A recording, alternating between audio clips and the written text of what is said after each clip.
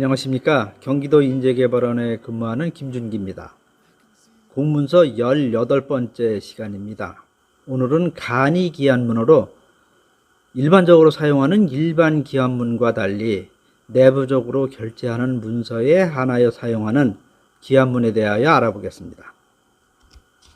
기한문의 종류에는 여러 가지가 있습니다. 일반 기한문이 있는데요. 어떤 하나의 안건을 처리하기 위하여 정해진 기한 서식에 문안을 작성하는 것을 말하는 것으로 일반 기한문과 간이 기한문으로 나뉩니다. 일반 기한문은 일반 기한에서 가장 많이 쓰이는 기한문으로 시행문, 내부 결제에서 모두 사용할 수 있습니다. 오늘 자세히 알아볼 간이 기한문은 보고서, 계획서, 검토서 등 내부적으로 결제하는 문서에 한하여 사용하는 기한문으로 시행문으로 변환하여 사용할 수 없습니다. 보시는 것이 간이 기한문의 표지입니다. 간이 기한문의 작성 방법에 대하여 알아보겠습니다. 먼저 기한문 표지 좌측 상단을 보시면 생산 등록번호, 등록일, 결제일, 그리고 공개 구분을 표시하는 칸이 있습니다.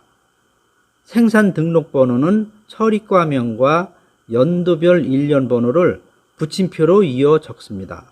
처리과가 없는 행정기관은 행정기관명을 씁니다. 다만 행정기관 명칭이 10자 이상인 경우에는 10자 이내의 행정기관명 약칭을 사용할 수 있습니다. 공개 여부는 공개, 부분 공개, 비공개로 구분하여 표시하는데 부분 공개, 비공개인 경우 공공기록물 관리에 관한 법률 시행규칙 제18조에 따라 부분 공개, 비공개를 표시하고 다른 법률 또는 법률에서 위임한 명령에 따라 비밀이나 비공개 사항으로 규정된 정보 등 공공기관의 정보 공개에 관한 법률 제9조 제1항 각 호의 번호 중 해당되는 번호를 괄호 안에 표시합니다.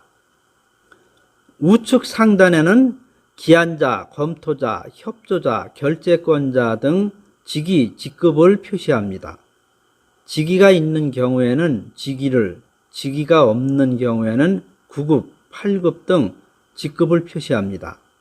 이때 주무관처럼 각급 행정기관이 6급 이하 공무원의 직급을 대신하여 사용할 수 있도록 정한 대외 직명을 사용할 수 있습니다. 다만 기관장과 부기관장의 직위는 시장, 부시장 등으로 간략하겠습니다.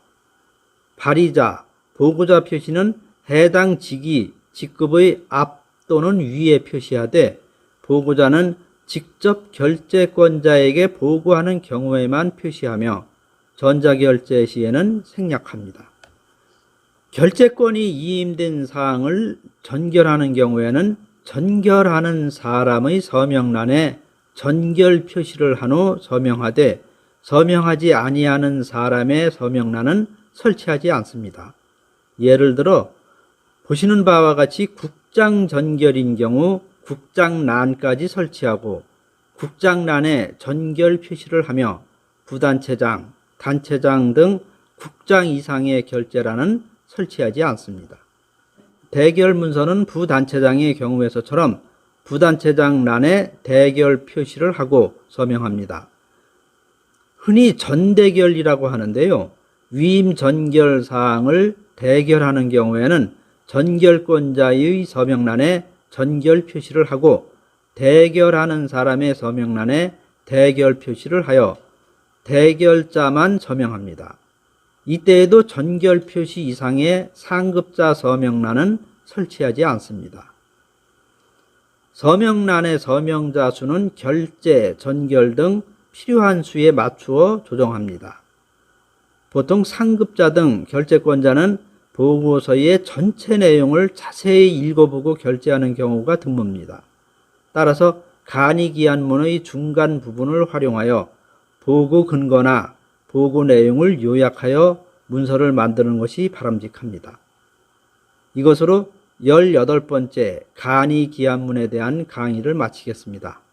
경청하여 주셔서 감사합니다.